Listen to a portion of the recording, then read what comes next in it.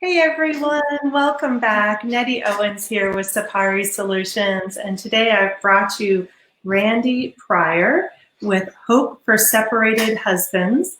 And I'm so happy to have Randy here because there's not a lot of conversations that go on that talk about relationships as it relates to your business. And it's a really important conversation to have. So I'm so glad to have you here, Randy. Great to be here, Nettie.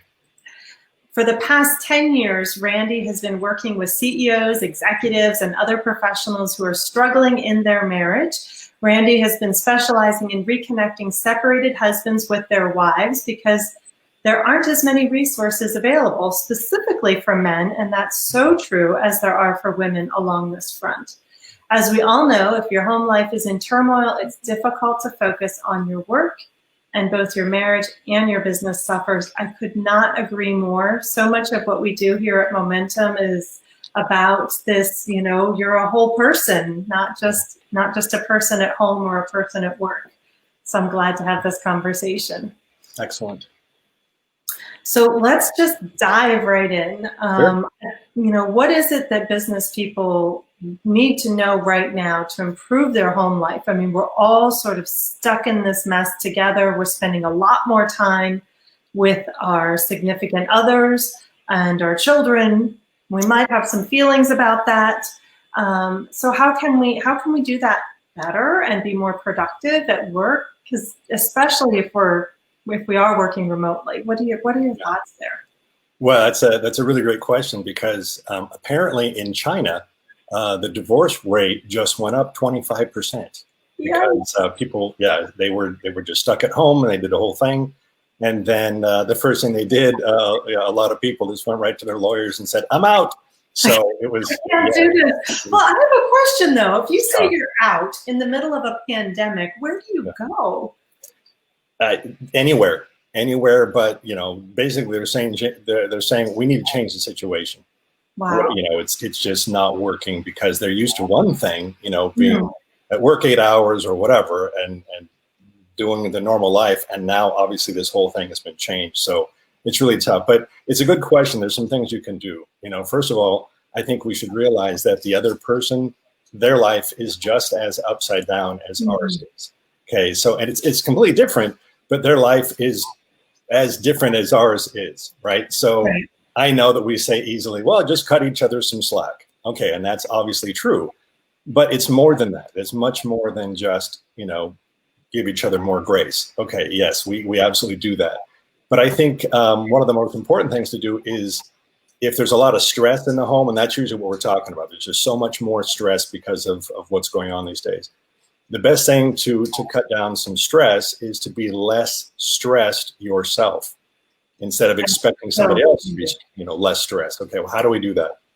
One of my favorite things, we call it a gratitude 5. I know you've heard this before, but if you spent 5 minutes every morning being and feeling grateful for what you already have, okay, it's not just list 10 things. Here are the 10 things I'm grateful for. Okay, that's a good start. That's really great. But what I'm saying is take 5 minutes to actually feel the gratitude, right? And it doesn't matter what it's about. Okay, let's say I'm grateful for my dog. I love my puppy, and okay, I'm very grateful for my dog. Okay, great. Right. But don't just check that off, right? Actually feel the gratitude, right? Why are you grateful? Think about that for a minute.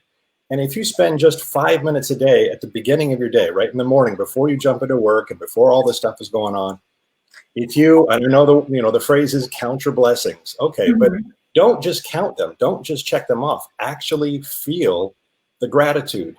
It'll de-stress everything. It'll be a great way to start the day. And you can have a quick little gratitude break anytime you want throughout the day. And that's the most important thing. It's the most effective thing that I've found for reducing stress on everybody's part. Oh my gosh, I love what you're saying here. There's someone who hasn't yet been on these interviews at this point. His name's Jeffrey Blake, who has started a global gratitude movement. And it's actually how I start my day, is to just spend a moment to say what I'm grateful for. And it really does change the perspective, change the dynamic, change how you feel. and perhaps gives you a new way to look at what we're all kind of sitting in at this particular moment. Like, yeah, it stinks that we're all home, but you know, there's still a roof over our heads. And sometimes each day it's just like, there's not much that you're grateful for, but those little things, like you said, your dog, that you still have a house, that there's still food on the table, and you build on that gratitude. And then you're starting with, what can I do within myself to be less stressed, and then bring that to the relationship. Right. So, and if you're in a relationship, one of the best things you can do for your partner is what I call put them first. Okay, you're thinking about them, and I would say the operative word is proactively. Okay, you don't just want to say, well, let me know what you need and I'll provide it for you, like us logical men do. Okay, you want to say, okay, how could I make their life a little bit easier today? Right, in that same little 5-minute time, or add another 5 minutes. Hold on. Think about it, right? Okay, if they're stressed out, how could I relieve some pressure? If they're whatever they're going through, how could I help that? Right? Maybe it's a simple little bouquet of flowers on the table. Maybe maybe it's a text. Maybe it's a simple text message that lets them know that you appreciate them, you're thinking about them, and it doesn't have to be big. You don't have to run out and buy her a new iPhone, right? That's not the idea. It's to let them know that you're on their side. You're there for support, and it's, again, proactive. It's not just waiting until they need you. It's actively going out and saying, okay, well, how can I make their day a little bit better today? So I'm going to poke some holes here, because I know there's some folks that are listening that are like, nope, it's all them. And if I'm going to work on myself, it's just going to be pointless. I've tried these things before.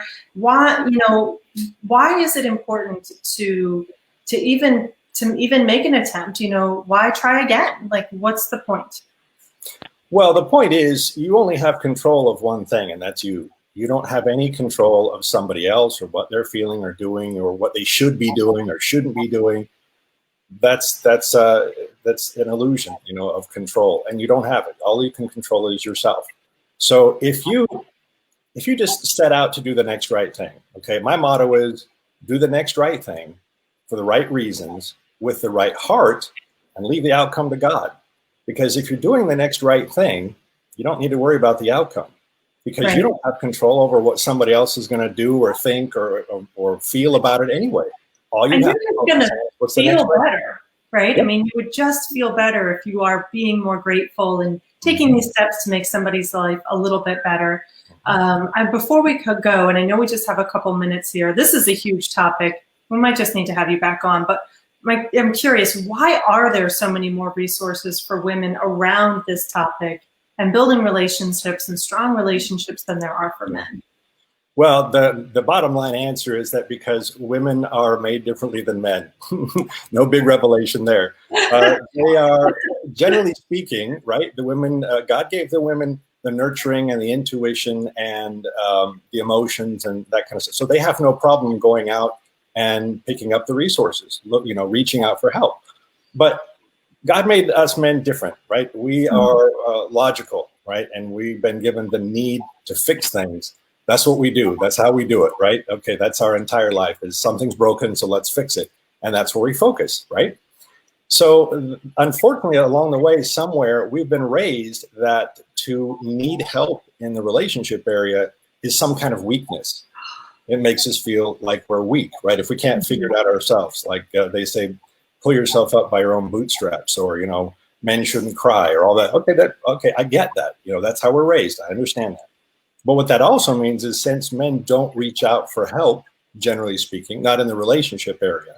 Okay, they will for coaching, they will for professional coaching, athletes all have coaches, but they don't in the relationship area, generally speaking. Okay, so if you've got women who will buy the resources, DVDs and books and things, the authors are going to make it for women because they're going to sell it, right? That's why there's very little for men. So this is really just a market need, right? The market says women will buy the books and resources, so they're made for women. Supply and demand.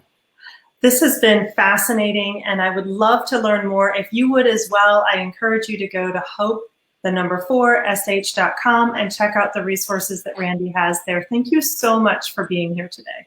Thank you, Nettie.